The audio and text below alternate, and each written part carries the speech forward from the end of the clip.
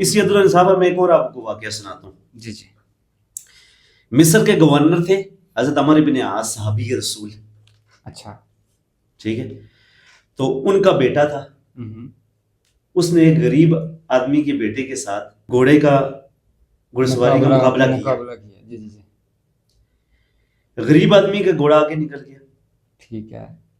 تو جب غریب آدمی کا گھوڑا آگے نکل گیا نا، تو حضرت عمر بن عاص کے جو بیٹے تھے یعنی کہ مصر کے گورنر، ان کے بیٹے نے ذرا کے ساتھ اس کو اتنا مارا، لو لہان کر دیا اس غریب آدمی کی بیٹے کو. وہ سیدھا والد کے پاس آیا. جب والد صاحب کے پاس آیا تو انہوں نے کہا کہ یہ کیا ہے؟ انہوں نے کہا کہ گورنر کے بیٹے کے ساتھ میں نے دوڑ لگائی، میں آگے نکل گیا، اس نے مجھے اس طرح سے. انہوں نے کہا گھوڑے پر بیٹھو، بٹھا کر سیدھا امیر المومنین حضرت عمر بن خطاب کے پاس لے کر گئی. انہوں نے کہا امیر المومنین، میرے بیٹے نے ہمارے ابن عاص کے بیٹے کے ساتھ دوڑ لگائی، میرا بیٹا آگے نکل گیا، اس نے یہ ظلم و زیادتی کی ہے. انہوں نے کہا بلایا جائے، باپ بیٹے دونوں کو بلایا جائے. اچھا جی.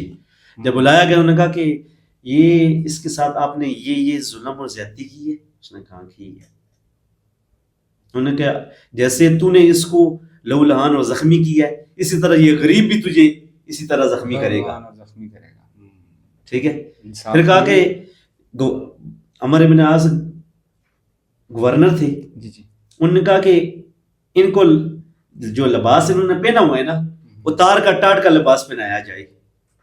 اچھا. یعنی کہ گورنر کو غریب والی غریب والی یعنی کہ وہ اچھے والا لباس اتار کر ٹاٹ والا لباس پہنایا جائے.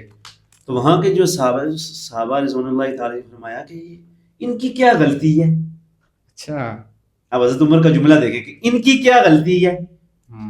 تو آگے سے حضرت عمر بن خطاب رضی اللہ عنہ نے جواب دیا کہ اس کو بتایا کس نے ہے کہ یہ گورنر کا بیٹا ہے. یعنی کہ اس کو بتایا اور سکھلایا کس نے کہ تو گورنر کا بیٹا ہے. جیسا معاشرے میں ہوتا ہے نا آج کل، تعارف کس نے کیا؟ آج کل تو ایم این اے کا بیٹا ہے، تو ایم پی اے کا بیٹا ہے، تو صدر کا بیٹا ہے، تو وزیر اعظم کا بیٹا ہے. اس کو سکھلا دیا جاتا ہے نا، پھر وہ اپنی مرضی سے جو چاہے کرے، غریب کے ساتھ ظلم و زیادتی جو چاہے کرے. ایسے نہیں ہے. حضرت عمر نے کہا کہ ٹاٹ کا لباس پہناؤ، کہ اس کو بتلانے والا ہی یعنی کہ اس کا والد ہے کہ تو گورنر کا بیٹا ہے. جب اس نے بتایا کہ تو گورنر کا بیٹا، تو اس اعتبار سے اس نے زیادتی کی ہے. یعنی عدل و انصاف دیکھیں.